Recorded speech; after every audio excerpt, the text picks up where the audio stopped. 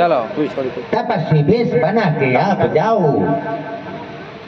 राम जी ने कहा मैया आपको कहने की जरूरत नहीं है, मैं अपने हाथों से वस्त्रों को उतार कर रखता हूँ। सीता जी भी वस्त्र उतारने के लिए तैयार हुई, लेकिन गुरु वशिष्ठ जी ने कहा हे पापनी, वनवास तो तेने राम को दिया है, क्या वनवास तेने सीता जी को दिया है?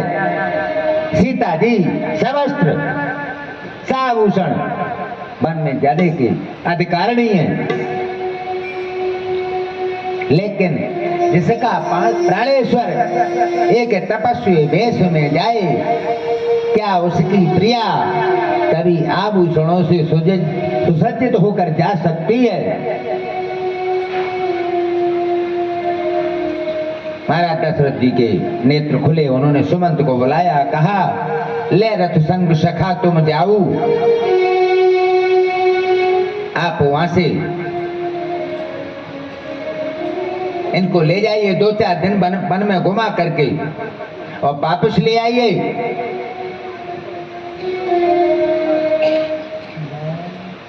वहां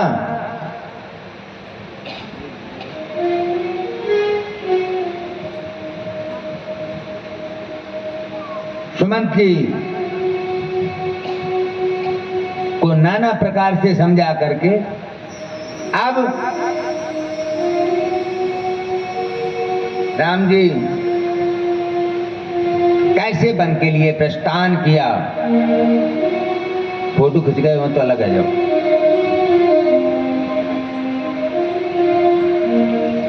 वहां कैसे गए?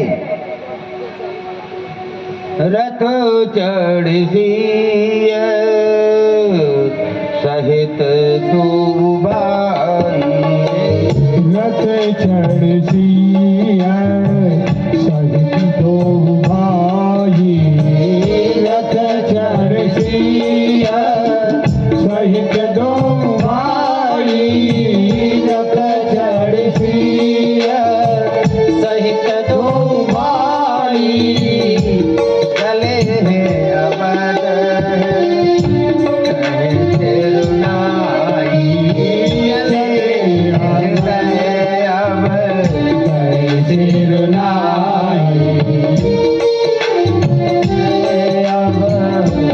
तिरुनाई,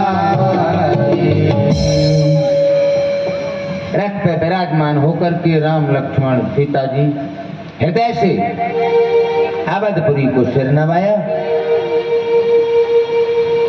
और आगे की ओर प्रस्थान किया।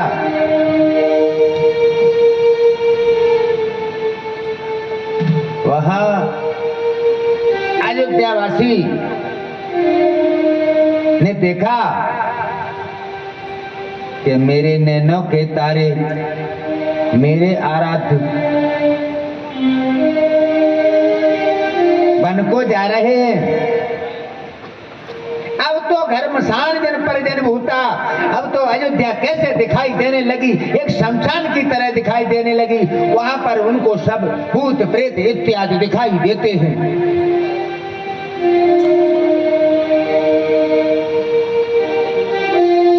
राम जी के वियोग में ऐसे खड़े हैं, ऐसे खड़े हैं मानो चित्र की तरह खड़े हो। जब राम जी वन के लिए प्रस्थान करते हैं तो अयोध्या की प्रजा भी राम जी के रथ के पीछे पीछे चल देती है। बालक, वृद्ध सभी राम जी के रथ के पीछे हैं। राम जी रथ पे विराजमान है। राम जी का हृदय बड़ा कोमल है। सोचते हैं मेरे पीछे प्रजावासी कितने कष्ट उठा रहे हैं।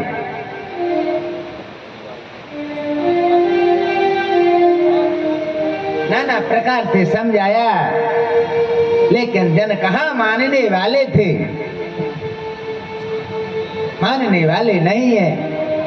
बरबस जबरदस्ती कर रहे हैं जाने के लिए, पीछे पीछे चल रहे हैं।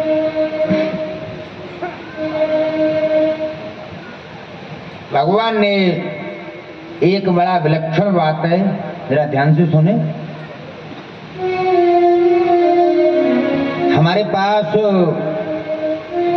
एक सूचना आई है अभी अभी,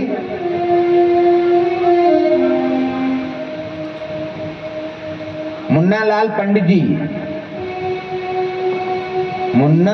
पंडित जी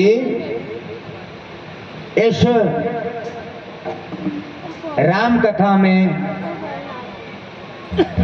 दान करने के लिए 1 कुंटल आटे का दान देते हैं। हम आप मुन्ना लाल को, पंडित जी को सहर्ष तालियों की गड़गड़ाहट के साथ उनका स्वागत करते हैं।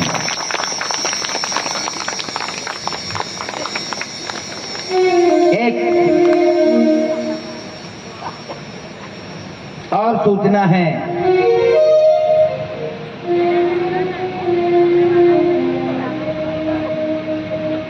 सर्वश्री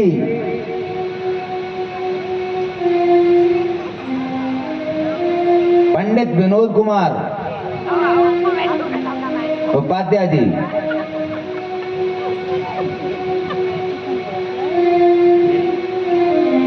ठाकुर खजान सिंह कांकरे जी,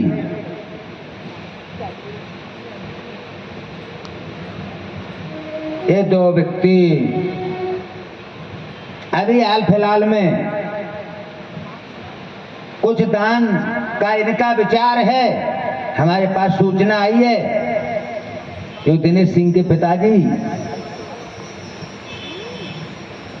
2 कुंटल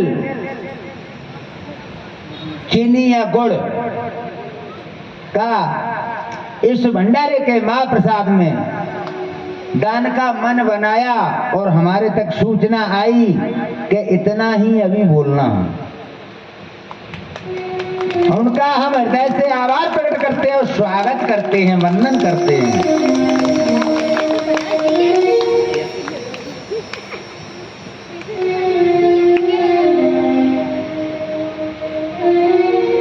याद इसलिए आई, ये दानदाताओं की एक दिन हमारे प्रभु का जन्म हुआ था, राम जी का जन्म हुआ था।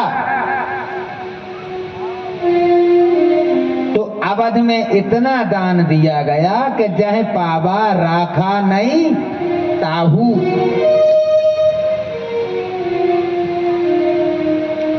वो तो खुशियां मनाने के लिए दिया था,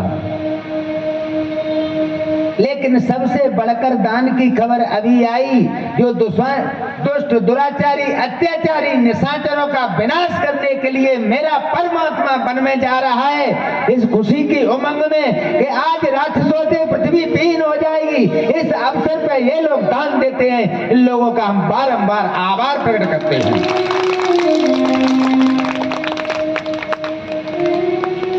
आज प्रथम वर्ष तमसा वायु, तमसा नदी के किनारे लोग थक गए चलते चलते। भगवान ने माया को याद किया, यदि ये लोग मेरे साथ में जाएंगे तो मैं देवताओं का कार्य नहीं कर पाऊंगा। जिस कार्य के लिए मैं पृथ्वी पर आया हूं, तो ये बाधक मेरे कार्य में ये बाधक बनेंगे। लक्ष्मण जी देख रहे हैं, ये बात सुनने की है, जरा ध्यान देना।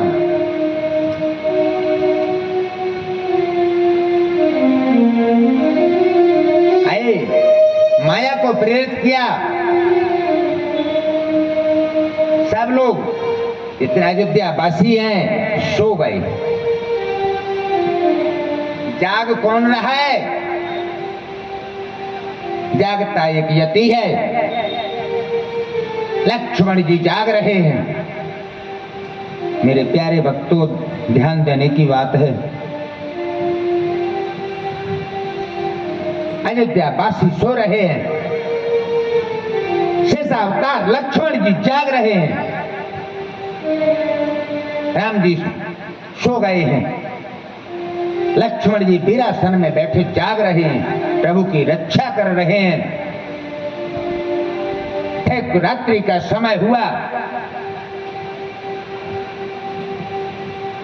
राम जी ने कहा, महामंत्री सुमंत राम जी कहते हैं, हे सुमंत, क्या बात कहते हैं? ओ जो मारे रथो हाँ कहता मारे रथ आता होता था, ओ जे मारी रथ आता होता था, ओ जन मारे रथ आता होता था, आने उपाय बने नहीं पाता, आने उपाय बने नहीं राम जी कहने लगे, हे मंत्री सुमंत, ये आप मेरे पिता के तुल्य हैं और पिता का फर्ज क्या होता है कि बालकों पर प्यार करना। आप मेरे पिता के तुल्य हैं, क्योंकि गोस्वामी जी लिख चुके हैं पहले, आदर कीन पिता सब लेखा।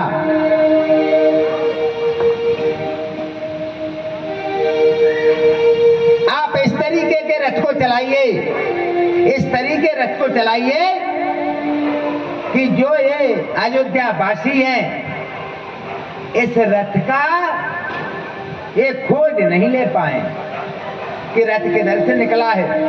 लक्ष्मण जी सारी बातें सुन रहे हैं, ये बात लक्ष्मण जी देख रहे हैं, लक्ष्मण जी सुन रहे हैं।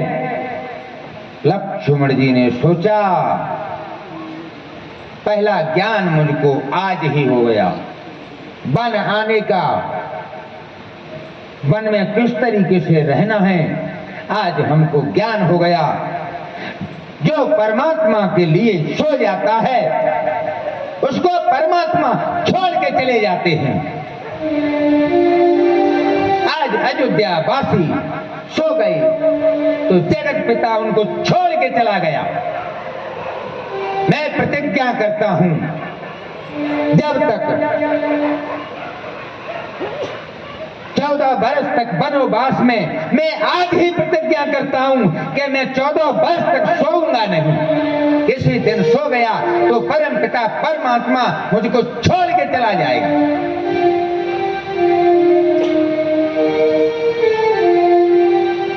लक्ष्मण जी ने पहले ज्ञान की सीढ़ी प्राप्त कर ली।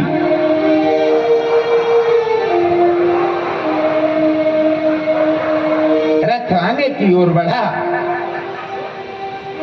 वैसे लक्ष्मण जीवाचार्य हैं, सभी जीवों के आचार्य लक्ष्मण जी हैं। लक्ष्मण जी ज्ञान के भंडार हैं। ये प्रतिज्ञा सोने की उन्होंने यहीं पर की है। आगे रथ निकला, ऐसा रथ चलाया गया, इसका खोज कहीं दिखाई न दे। सुबह हुआ, सवेरा हुआ, अयोध्या वासी जागे, इधर उधर भागते हैं, लेकिन रथ का खोज कतऊ नहीं पावे। और कहते हैं, विलाप करने लगे। बेचारे करते भी क्या, अब रथ गयो राम को दूरी, जन कैसे प्राण बचेंगे। अब रथ गयो राम को दूरी, जन कैसे प्राण बचेंगे।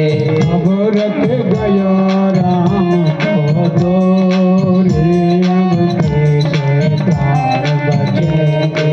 अब रथ गयो राम को दूरी, अब कैसे प्राण बचेंगे। अब कैसे प्राण बचेंगे, जन कैसे प्राण बचेंगे। जन कैसे प्राण बचेंगे, जन कैसे प्राण बचेंगे। अब रथ गयो राम को दूर, जाने कैसे प्राण बचेंगे। अब रथ गयो राम को दूर, जाने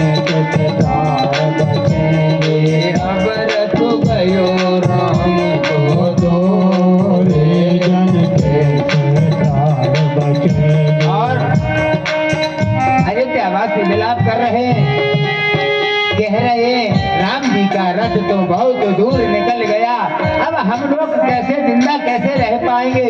और कहते हैं जो ऐसी जानत होते तो रथ के आगे सोते, जो ऐसी जानत होते तो रथ के आगे सोते, जो ऐसी जानत होते तो रथ के आगे सोते, ऐसी जानत होते तो रथ के आगे सोते, हो जाते जगना तो जन कैसे प्राण बचेंगे।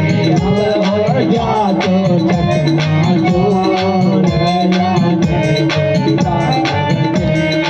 भरत गयो राम को दूर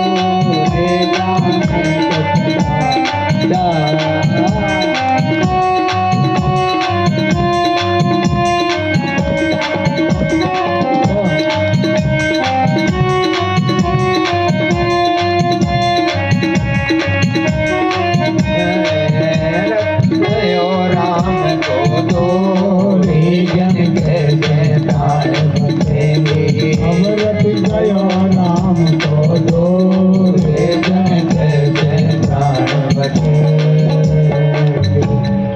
अयोध्यावासी कहते हैं राम जी का रथ तो बहुत दूर निकल गया, इधर उधर पता लगा रहे हैं भगवान का रथ का कहीं खोज ही नहीं मिल रहा है। बेचारे रोते हुए गिरते हुए पुनः अवधपुरी में आए। यहाँ तो अवधवासी लौट करके अयोध्या में आ गए। उधर मेरे राघवेंद्र सरकार आगे बढ़े। जो पवित्र पावनी मंगलमयी पापों को धोने वाली गंगा मैया है, वहां वहां अकेले एक राम जी केवट वहां पर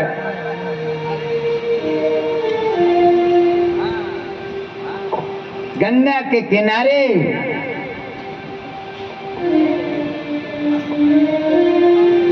राम जी पहुंचे।